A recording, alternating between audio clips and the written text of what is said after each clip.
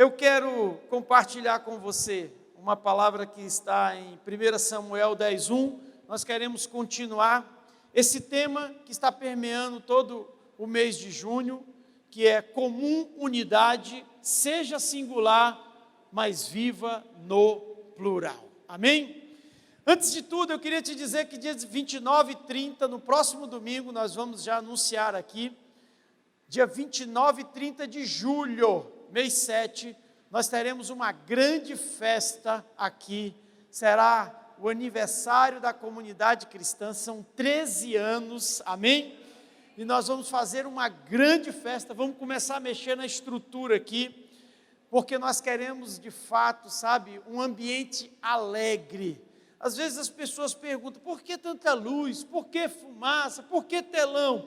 Quando você vai fazer festa na sua casa, por que tanta decoração? Por que tanto gasto com estética? Porque você quer que algo seja marcante, você quer que seja uma experiência marcante, e nós fazemos isso para que você tenha uma experiência. Tudo isso tem a ver com estética, não é essência. A nossa essência é Jesus, é a palavra, é a oração, é a busca pelo Espírito Santo, mas isso não nos impede de termos um ambiente agradável, com luz agradável, com imagem agradável. Tudo isso coopera, amém? E então nós queremos melhorar isso aqui, nós vamos avançar essa plataforma, nós vamos mexer na iluminação. E tem umas coisas que eu estava olhando ali atrás, que eu disse, olha gente, eu não tenho dinheiro, mas tenho fé. Nós vamos nos mover em fé. E nós sempre nos movemos em fé nesse lugar e Deus nos honrou. Vamos melhorar a filmagem, vamos, sabe, trabalhar alguns equipamentos. Nós queremos fazer uma grande festa para receber o nosso pai espiritual, o nosso pastor Joaquim, e a nossa mãe espiritual, nossa pastora Margarete Rose. Amém? Eles vão estar conosco nessa festa e nós queremos honrá-los nesse lugar. Agora sim, 1 Samuel capítulo 10, versículo 1. Samuel pegou então um vaso de azeite e o derramou sobre a cabeça de Saul e o beijou na face e disse: faça isto, porque o Senhor escolheu você para ser o rei do seu povo em Israel. Quando você me deixar, vai ver 2 homens ao lado do túmulo de Raquel em Zelza, na terra de Benjamim. Eles lhe dirão que já foram encontrados os jumentos e que seu pai está preocupado com a sua demora. E pergunta: que hei de fazer para achar o meu filho? E quando você chegar ao carvalho de Tabor, verá 3 homens que vêm em sua direção. Eles estão a caminho de Betel, aonde vão a fim de adorar a Deus no altar que existe ali. Um deles leva 3 cabritos, outro leva 3 pães, e o terceiro leva uma garrafa de vinho. Eles vão cumprimentar você e lhe oferecer 2 dos pães. Aceite os pães que lhe oferecerem.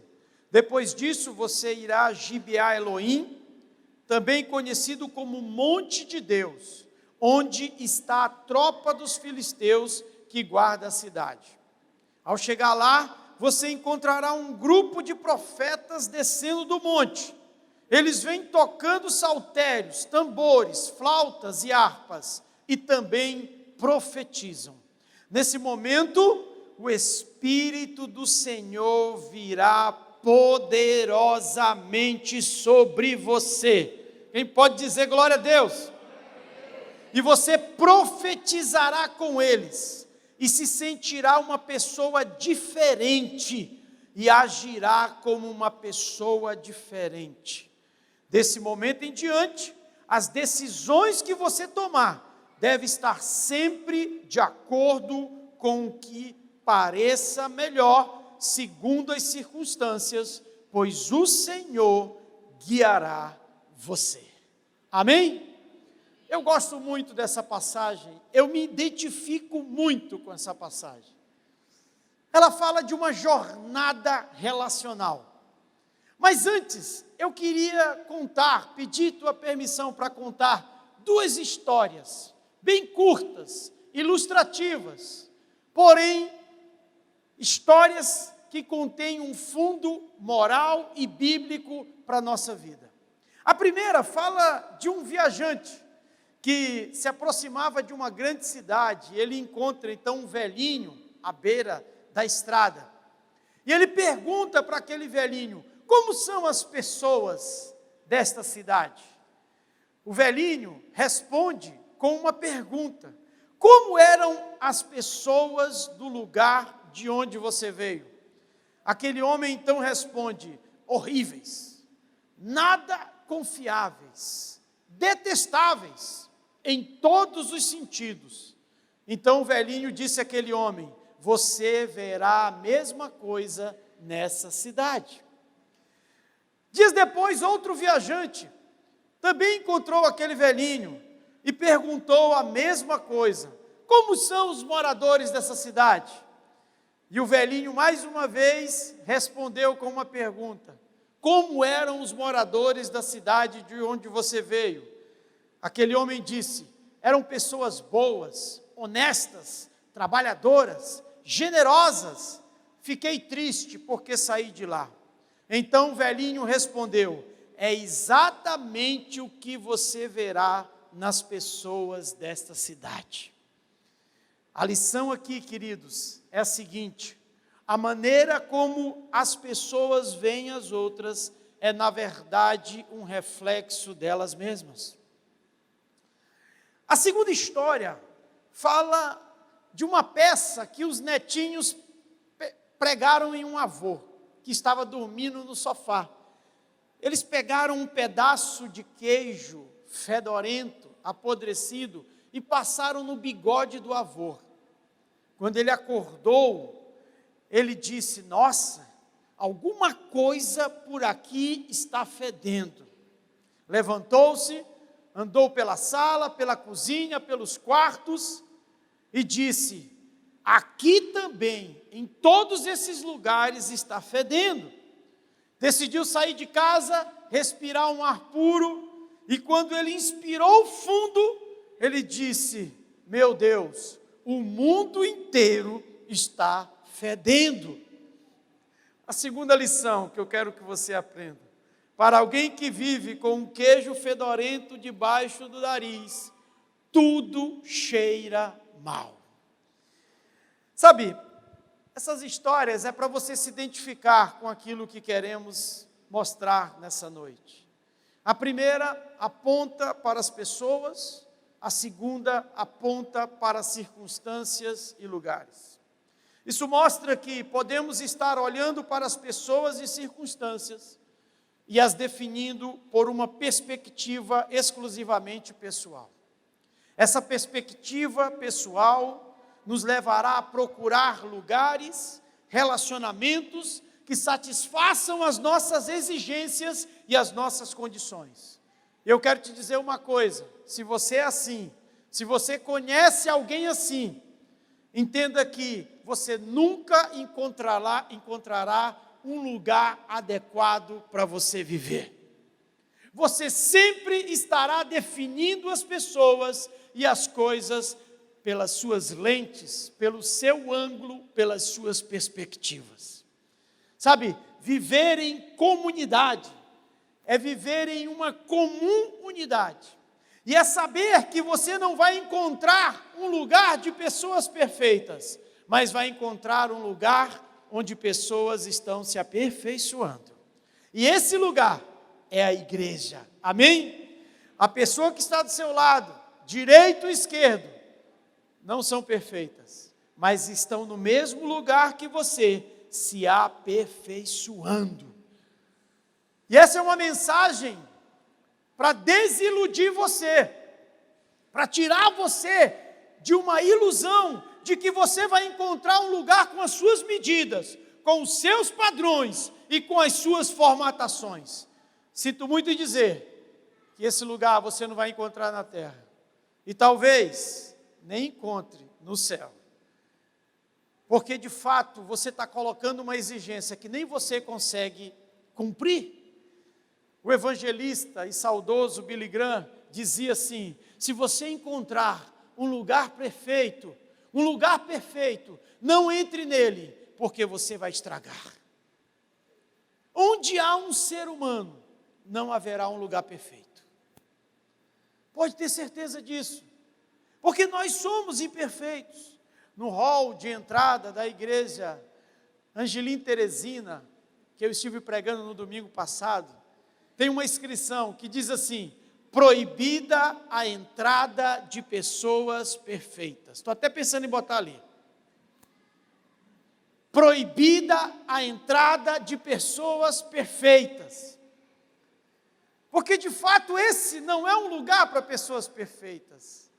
Esse é um lugar para pessoas que estão se aperfeiçoando, queridos. Eu estava concluindo essa mensagem quando eu vi uma postagem no grupo dos voluntários dessa igreja. E me chamou muita atenção. E eu resolvi encaixar aqui, nessa ministração, para que a gente entenda essa necessidade de se conectar. Sabe, eu quero te dizer uma coisa nessa noite: o nosso compromisso como igreja, como família, como cristãos, não é um compromisso com um contato, é um compromisso com a conexão. Eu vou repetir: se você é um cristão, o seu compromisso não é com o contato, o seu compromisso é com a conexão. Não é juntar duas pessoas iguais, é fundir duas ou mais pessoas diferentes. Amém? Nós não estamos aqui para nos completar. Eu estive ministrando uma conferência de casais com a minha esposa, a gente estava falando isso. É muito romântico e utópico dizer: eu encontrei a minha cara metade. A outra metade do meu coração. Você não encontrou uma pessoa pela metade, você encontrou uma pessoa inteira, uma pessoa com uma formação familiar, cultural, acadêmica, com experiências sociais. Você não encontrou uma pessoa pela metade, você encontrou uma pessoa inteira. Casamento não é unir duas metades, é fundir dois inteiros. Dois inteiros. Sabe, queridos? Porque, de fato, nós não chegamos pela metade. Nós chegamos inteiro. E essa conexão, ela tem uma palavra que consegue traduzi-la na forma mais fiel e mais profunda que ela possa ter. Se chama koinonia. Diga comigo, koinonia. É uma palavra que sua tradução significa, queridos, ter um negócio junto, uma sociedade, um comum acordo. Amém? Amós diz que como andarão dois juntos, se não houver entre eles o quê? Acordo, queridos. Sabe, é importante você entender isso. Acordo. Amós 3:3. A palavra acordo vem de uma palavra que é a mesma raiz da palavra coração, cardio. Acordo vem de concárdio. Só há um acordo, só há uma concordância quando corações se conectam. Não é quando duas pessoas estão juntas, é quando duas pessoas se misturam, se conectam. Eu volto a repetir, o nosso compromisso não é com, juntar pessoas. O nosso compromisso é com a conexão. Eu queria te dizer uma coisa: quando você encontra pessoas nessa frequência cardíaca, de coração para coração, isso cria um ecossistema, cria uma frequência, cria uma atmosfera, cria uma comunidade.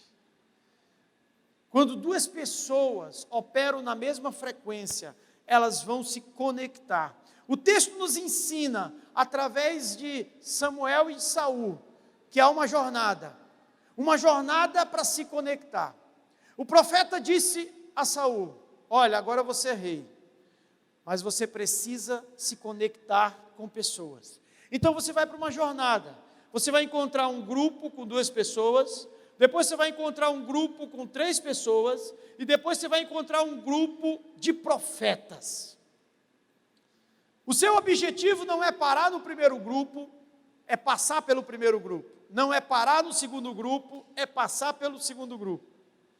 Porque a sua transformação estará no fim da jornada. A sua transformação estará no momento em que você encontrar os profetas descendo do monte. Eles vão estar profetizando. E quando você entrar nessa atmosfera, nessa comunidade, até você vai profetizar e você será mudado em um novo homem. Quantos estão entendendo isso aqui?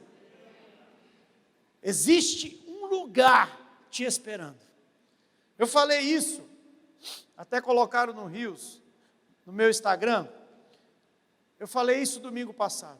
Deus está em todo canto, mas Ele quer te encontrar em alguns lugares. Existem alguns lugares que estão preparados e esperando você. Verdadeiras comunidades. Lugares onde você vai chegar e você não vai fazer força. Você vai entrar num fluxo, numa comunhão, numa alegria. Sabe, há coisas que você não vai nem buscar. Elas virão sobre você. Saul não fez força para profetizar. Ele só entrou naquela atmosfera, naquela comunidade, e se rendeu, e ele foi revestido, e ele foi então ali, queridos, preparados para fluir naquela mesma frequência. O texto nos ensina a chegarmos em ambientes, não se impondo, mas se rendendo. Não se impondo, mas se rendendo. Sabe, você está aqui nesse lugar, e o seu compromisso é com a conexão. Se você colocar óleo e água num copo, você terá muito contato e nenhuma conexão. Mas se colocar leite e água, você terá muita conexão ao ponto de não conseguir mais separar o leite e a água. A conexão verdadeira, profunda, saudável, cristã, ela é uma conexão inseparável. Não é uma conexão para andar do lado, é uma conexão para estar dentro. Eu já venho repetindo isso há muito tempo. Íntimo não é aquele que está próximo de você. Íntimo é aquele que está dentro de você. É aquele que tem espaço dentro do seu coração. É aquele que tem espaço na sua agenda. É aquele que tem espaço na sua vida. Esse é íntimo. Eu vou dizer uma coisa para você. Você não terá muitos íntimos. Você não vai ter muitas pessoas íntimas. Mas você precisa ter alguns íntimos na sua vida. Pessoas com quem você se conecta. Sabe, não basta estar juntos. Tem uma frase de um livro do Maurício Bevenuti. Esse livro chamado Desobedeça. Apesar de não ser um livro cristão, eu enxergo a Bíblia em todos os livros que eu leio. E eu não leio só livros cristãos. E eu achei interessante porque cabe dentro do que estamos falando. Ele diz: as circunstâncias favoráveis não flutuam no céu como nuvens. Elas estão sempre vinculadas a um ser de carne e osso. Se você está procurando uma oportunidade na vida, você está procurando, na verdade, por uma pessoa. Existem coisas que Deus reservou para você, que você só vai achar em pessoas que Ele está reservando para encontrar com você. Entenda que aquela jornada de Saul foi bem direcionada, foi bem orientada. Ele foi bem instruído. Quais eram os lugares para onde ele deveria ir, com quem ele deveria se conectar, e os resultados que ele teria se ele se movesse em uma jornada de obediência. É a mesma coisa que Deus está falando para você. Existe uma jornada onde você vai se conectar. uma jornada que tem que ser movida por obediência, e uma jornada onde você encontrará um lugar que vai tocar você profundamente e mudar a sua vida. E ele obedeceu. As chaves que eu já encontrei em pessoas, as chaves que eu tive que ir até essas pessoas. E não é diferente para cada um de nós. Se você está aí parado, achando que não precisa de ninguém, que não precisa de conselho, que não precisa de uma comunidade, que não precisa de uma família, que não precisa de uma igreja, você está perdendo grandes oportunidades na sua vida. Eu me lembro agora de uma experiência que eu contei para a minha liderança.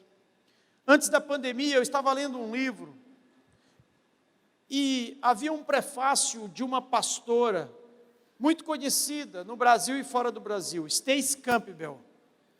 É aquela que está no YouTube profetizando sobre o Brasil, que Deus confrontaria a corrupção nessa nação. Ela profetizou isso há muitos anos atrás. E eu estava lendo aquele livro, e vendo o prefácio, Deus disse assim: essa mulher vai orar por você. Quando ela estiver no Brasil, vá até ela.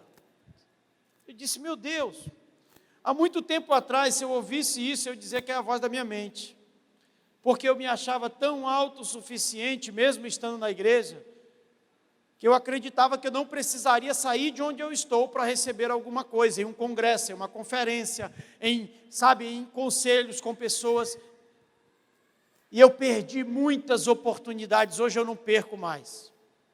E eu fiquei me perguntando: Deus, como é que vai ser? Quando é que essa mulher vai vir aqui? E tudo bem, passou a pandemia. No final da pandemia, eu fiquei sabendo de um congresso em Brasília, que a Stacy Campbell estaria lá.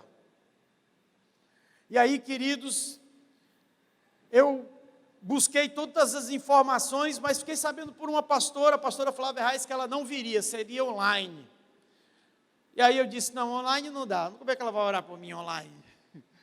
Então eu fiquei esperando a próxima oportunidade, mas 10 dias antes de começar o congresso, 10 dias antes, a pastora Flávia me passa uma mensagem: pastor Wilton, a Stacy vai estar presencial. E aí eu não me esforço, comprei passagem, paguei caro, paguei hospedagem, paguei investimento do congresso e fui para aquele lugar. E eu disse: Deus, eu não sei como vai ser, mas eu quero andar sobre a sua palavra. Quando eu cheguei lá, a primeira coisa que eu encontrei na porta foi um casal de maranhenses que congregou na igreja de um pastor amigo meu. Quando eles me olharam, eles disseram: eu não conhecia ninguém. Pastor Willington, seja bem-vindo. Eu disse: parece que o negócio está fluindo. E aí, então eu disse: eu tenho uma missão, eu preciso que a Stacy ore por mim. Ele disse: nós vamos tentar, nós vamos conseguir. Ele é o chefe da segurança. Inclusive, essa semana que vem eu vou estar lá de novo num congresso e vou revê-lo. E aí, queridos, passou o primeiro dia, passou o segundo dia, passou o terceiro dia e nada, muita segurança, muita gente, uma área reservada. E eu disse: Deus, eu creio que o Senhor me trouxe aqui para essa mulher orar por mim. E aí, queridos, quando foi no penúltimo dia, numa manhã, ela pregou. E havia pouca gente, muitas pessoas no trabalho, na sexta-feira. E aí eu observei que o lugar reservado para as pessoas, do congresso, importantes, teve muitos políticos, até o presidente dessa época foi. E aí eu percebi que estava vazio e que não tinha nenhum segurança na porta. E aí eu dei a volta. E aí eu fui e entrei, e ela vinha juntamente com uma outra pastora. E aí eu peguei um livro meu, na época, o Convicção, e eu, então, parei na frente dela e disse para o intérprete dela: fala para ela que eu quero entregar um livro. E ele falou e disse: ela está com muita pressa. Eu digo: não, fala para ela que eu quero entregar esse livro. Aí ela recebeu e diga para ela que Deus falou que ela ia orar por mim há 2 anos atrás. E ele falou e disse: olha, depois ela vai orar. Não, diga para ela. E quando eu falei, ela regalou os olhos e disse: vamos para alguma sala que eu quero orar por você. mas não tinha sala e tinha muita gente ao redor. Ela disse: volte à noite. O intérprete me dizendo: eu oro por você à noite. Eu disse: não, à noite não vou deixar eu chegar perto de você. Ore por mim no canto daquela parede ali. E ela foi então orar por mim no canto daquela parede. Até hoje eu estou no canto daquela parede. Eu fiquei no chão, chorando. Eu fiquei, sabe, o que ela me falou foi tão poderoso, que alguém bateu em mim e disse: você está bem? Eu digo: estou. A gente precisa fechar aqui, o presidente vai vir hoje à noite, a polícia vai fazer uma vistoria e todo mundo precisa sair. Eu digo: tá bom. Aí eu saí, eu disse: meu Deus, para onde eu vou? Eu estava perdido. Eu digo: eu não quero comer, eu vou para o hotel. Tentei fazer uma chamada de vídeo com a minha esposa, comecei a chorar, digo: depois eu ligo para ti. E fiquei 2 dias, sabe, não entendendo ainda tudo aquilo, mas sabendo que Deus falou comigo. Ah, queridos, a partir daquilo nasceu o livro Cultura Vertical. 3 meses depois daquilo, o livro Cultura Vertical foi lançado. Muita coisa brotou dali. E aí, queridos, no ano passado, eu fiquei sabendo que a nossa igreja-mãe ia trazer Stacy Campbell. E eu disse para minha esposa: agora vai ser eu e você, que ela vai orar por nós dois. E eu levei o livro Cultura Vertical. E quando eu cheguei lá, eu pedi: pastor Joaquim, eu posso pedir para entregar um livro para a Stacy? Ele: pode sim, vamos lá para a salinha. E aí eu levei a minha esposa. E quando chegou lá, queridos, foi algo maior do que a primeira vez. A minha esposa estava presente dessa vez. Resumindo tudo isso, eu quero te dizer que eu não desperdiço mais a oportunidade de buscar chaves em alguém que Deus está me mostrando. Se isso não fosse verdade, Saul não precisaria fazer essas paradas, não precisaria ouvir os conselhos que ele ouviu. Quando você ouvir o primeiro conselho, siga em frente. O primeiro grupo entregou para Saul uma informação, uma palavra. Quando você está em direção a uma vida plural, quando você tem uma identidade em Cristo, você sempre vai se mover para uma comunidade, para um lugar, para uma família. Igreja não é um lugar para frequentar, é uma família para você pertencer. Você nunca está pleno, completo, sem família. O que a gente escreveu na placa da igreja, no Salmo 68:6, é um princípio. Deus faz com que o solitário habite em família. Já está provado cientificamente que um homem que vive numa família tem mais chances de viver, mais anos de vida. E sabe, queridos, é importante entendermos isso. Ele recebeu uma palavra. Há pessoas que estão reservadas por Deus para te entregar uma palavra. Aquela palavra foi importante porque tinha a ver com a família de Saul. O pai dele estava preocupado. Alguém na família, não só o pai, mas toda a família, a mãe, os irmãos, eu não sei, todos estavam preocupados com ele, porque ele saiu para procurar jumentas e quando voltou já era ungido rei. Deus vai levantar pessoas para te dar uma palavra. Escute o que elas têm para te dizer. Essa palavra vai alimentar você para continuar a jornada, porque depois disso, você vai encontrar um outro grupo de pessoas. Pessoas que vão investir em você, que vão acreditar em você, que vão fazer depósitos em você, pelo que você carrega. Tudo isso começou depois que o óleo veio sobre a cabeça de Saul.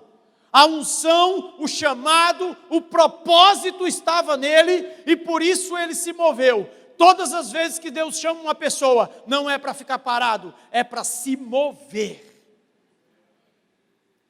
Se você quer encontrar um lugar onde você vai estar totalmente diferente, tenha certeza que esse lugar não é onde você está hoje. Você combina mais com o seu destino do que com o lugar que você está hoje. Deus está querendo te levar para algum lugar, e é um lugar que está te esperando. O segundo grupo entregou comida para Saul. É uma provisão, é um investimento. Sabe, são pessoas que acreditam na mensagem que você carrega, no propósito, no ministério, no empreendimento, no sonho, no projeto que você está carregando. Deus sempre vai levantar pessoas que vão acreditar em você. Sabe, se você estiver na jornada certa, Deus vai levantar pessoas assim. E não se ofenda se alguém investir na sua vida, porque de fato você está recebendo uma semente, mas quem te entregou a semente é que vai receber a colheita. Eu já entreguei sementes na vida de pessoas, eu já fiz isso, e aqui nessa igreja tem muita gente generosa que entrega sementes, tem muita gente que abençoa, queridos, sabe? E eu estou te contando isso para que você entenda que a nossa jornada cristã passa por isso, por ouvirmos pessoas, por sermos supridos e sermos também a provisão na vida de alguém. Eu já recebi, sabe, depósitos generosos de pessoas na minha vida. Eu já recebi. E já fiz depósitos generosos na vida de pessoas. Eu já fiz isso. Porque quando Deus mandar, não tente calcular, não tente racionalizar, obedeça. Às vezes não vai ser uma coisa física, material, financeira. Às vezes vai ser um investimento da sua vida em alguém, seu tempo. Mas às vezes também vai ser um investimento financeiro e material. Disso muitos correm. E você está correndo justamente daquilo para onde você deveria ir. Porque nós temos essa tendência de escolhermos os lugares, de estabelecermos filtros emocionais para os nossos relacionamentos. Eu quero te aconselhar nessa noite, não utilize filtros emocionais para construir relacionamentos saudáveis. Eu vou repetir. Não utilize filtros emocionais para construir relacionamentos saudáveis. Ah, eu gostei de ti. Olha, lá no meu Instagram está assim um coraçãozinho para você já. Te amo. Você não se conecta por meio de emoções. Você se conecta por meio de princípios e valores. Entenda isso. Porque tem vezes, ou por vezes, que Deus vai colocar pessoas que você não gosta para você se conectar com elas, para você conviver com elas. Deus vai te levar para lugares que você não quer. Olhe para Naamã. Naamã estava doente, precisava de cura, foi indicado para ele uma jornada. Uma menina, escrava, na sua casa, disse assim: meu senhor, se tu fores lá na minha cidade, tem um profeta, Eliseu, ele pode curar você dessa lepra. Naamã pega a carta do rei, autorizando ele chega lá. Quando ele chega na frente da tenda do profeta, o profeta nem sai para atender ele, manda um servo e diz assim: olha, o profeta mandou você banhar no Rio Jordão, que não era um rio muito bom para banhar. Sabe o que Naamã diz? Por que ele mandou eu banhar no Rio Jordão? Na minha cidade tem rios mais bonitos, mais limpos. Eu não vou banhar não. A Bíblia diz que Naamã se revoltou. Ele queria construir uma cena, um cenário. Ele queria ser protagonista, sabe? Ele queria ser aplaudido. A própria Bíblia declara lá em 2 Reis 5, que Naamã imaginou que o profeta viria, colocaria a mão nas suas feridas, e todos veriam ele sendo curado. Olha só como é que ele fantasiou. Deixa eu te dizer uma coisa, Deus, Ele não é inimigo dos teus sonhos, Ele é inimigo das tuas fantasias. Cuidado com as tuas fantasias. Tem gente fantasiando querendo que Deus faça. Aí os servos de Naamã, os soldados, dizem assim: Senhor, ele não te pediu nada difícil. Porque de fato, antes de Naamã ser curado no corpo, ele precisava ser curado do orgulho, na alma. Ele não te pediu nada difícil, Senhor. Se fosse algo difícil, o Senhor faria, porque é corajoso. Ele só pediu para o Senhor banhar nesse rio sujo aí. E Naamã foi banhar. E quando ele mergulha na 7ª vez, sai curado. O lugar que Naamã não queria, de onde ele estava fugindo, era justamente o lugar onde estava a sua cura, a sua restauração e o seu milagre. Sabe, eu estou apontando para um lugar, para uma comunidade, para uma família, onde você talvez não se sinta tão confortável porque você está usando os seus filtros emocionais, sensoriais, quando você deveria usar princípios. Eu já estive em lugares que eu não queria estar, mas eu fui por obediência, e no final das contas foi melhor do que qualquer outro lugar nessa terra. Porque naquele lugar estavam pessoas me esperando. Naquele lugar Deus já havia reservado o que eu chamo de encontros quânticos. Eu quero utilizar esse termo da física. O ambiente quântico é um ambiente de resultados exponenciais, de crescimento extraordinário e sobrenatural. E aqui havia uma orientação para Saul. E ele passa pelo 2º grupo, recebe provisão, e aí ele chega no 3º grupo, na comunidade, no lugar onde estava reservada a sua mudança, a sua cura, a sua transformação. Eu não sei se o seu lugar é aqui, mas se Deus falar para você que é aqui, não vá para outro lugar. Agora, se Deus falar que o seu lugar é em outro lugar, não venha para cá. Eu sei que você não é acostumado a ouvir isso de muitos pastores e muitos líderes. Eu falo isso desde o início dessa igreja e eu escuto as pessoas dizendo assim: pastor, não fala isso, o povo pode ir embora. Queridos, não é para ofender. Eu nunca me tornei pastor para encher uma igreja. Eu me tornei pastor para treinar pessoas, para influenciar uma cidade, para avançar o reino de Deus. Eu estava dizendo ontem na Vila da Paz, o que o John Wesley falou. Ele disse assim: Senhor, me dá 100 homens, sedento, faminto por Deus, e eu vou mudar esse mundo. Eu penso da mesma maneira. Eu não estou querendo fazer barulho, eu estou querendo comunicar uma mensagem.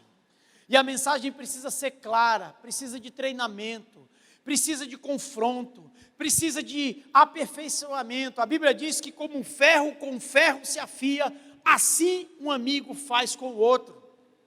Uma conexão, queridos, nunca vai ser algo romântico, sempre vai ser algo pedagógico. Terá arranhões, terá conflitos, terá desencontros.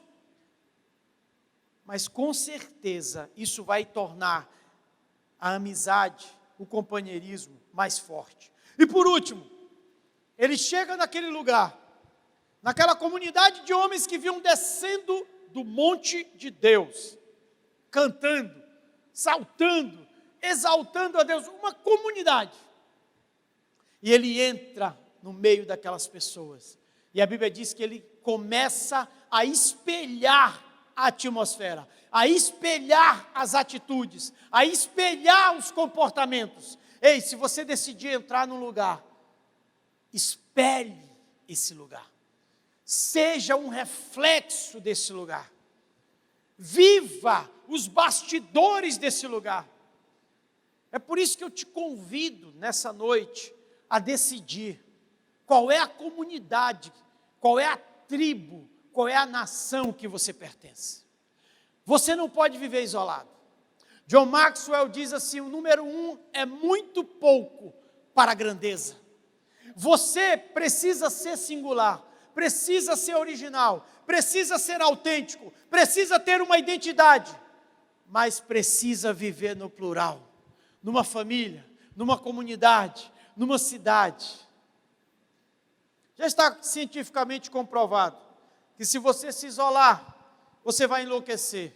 Você vai começar a conversar com as plantas, com as paredes, vai começar a falar sozinho, vai começar a se agredir, sabe? Você vai enlouquecer, porque você foi criado para conexão. Você que, sabe, está distante dessa conexão. Você que não tem um lugar definido. Deus te trouxe aqui nessa noite para você procurar um lugar onde as suas raízes possam se aprofundar. Porque nesse lugar onde as raízes se aprofundam, os frutos se estabelecem. Não há fruto sem raízes. Uma árvore não vai dar fruto se ela não tem raízes. A sua frutificação começa a partir do aprofundamento das suas raízes. Então aprofunde suas raízes no lugar que você está. Já pensou você vivendo como você vive, sem parâmetros, sem uma comunidade, com a sua família? Um dia você está numa família, outro dia você está numa família, um dia você dorme numa casa, outro dia você dorme em outra casa, um dia você está com pessoas, outro dia você... É sem parâmetros. Isso não vai te dar uma identidade. Escolha um lugar, você é livre. Você é livre para escolher a igreja que você quiser, desde que ela pregue Jesus como centro de todas as coisas. Você é livre. Mas a partir do momento que você decidir ficar no lugar, decida cooperar com esse lugar, decida se envolver nesse lugar, decida contribuir nesse lugar, aprender tudo nesse lugar e passar a transbordar e ensinar tudo o que você aprendeu para outras pessoas também. Essa é a lógica de uma comunidade. Eu entro, escute bem, e aqui eu encerro já chamando o Ministério de Louvor. Qual é a lógica de viver numa comunidade? Eu entro numa comunidade, depois a comunidade entra em mim, e depois eu levo essa comunidade para onde eu for. Saul entrou no meio dos profetas, começou a profetizar, e depois começou a ser um instrumento de Deus para falar a outras pessoas, mesmo que depois ele cometeu muitos erros. Quantos estão entendendo? Entre numa família, deixe essa família entrar em você, e por onde você for, seja um mensageiro do ambiente que você carrega. Assim é no reino de Deus. A gente entra no reino de Deus, o reino de Deus entra em nós, e nós levamos o reino de Deus para todos os lugares por onde andamos. Eu te convido a ler o livro Vozes do Reino, e você vai ver pessoas que carregam uma mensagem em diferentes esferas de influência da sociedade. Ali tem médicos, advogados, professor, pastores, que estão levando essa mensagem para os lugares onde foram chamados, onde estão os seus dons. Eu não quero que você largue o que você está fazendo para você se tornar um pastor ou ministro. Eu quero que você seja um ministro e um pastor se você for chamado lá onde você está fazendo. Se você é advogado, seja um advogado que leva o reino de Deus para a área jurídica, seja o melhor advogado. Você é professor? Seja o melhor professor na sua escola. Leve o reino de Deus. Você é empresário? Seja honesto e seja o melhor empresário, onde você for. Leve o reino de Deus. Vamos ficar de pé nessa noite. Entre numa comunidade. Deixe a comunidade entrar em você. E leve essa comunidade por onde você for.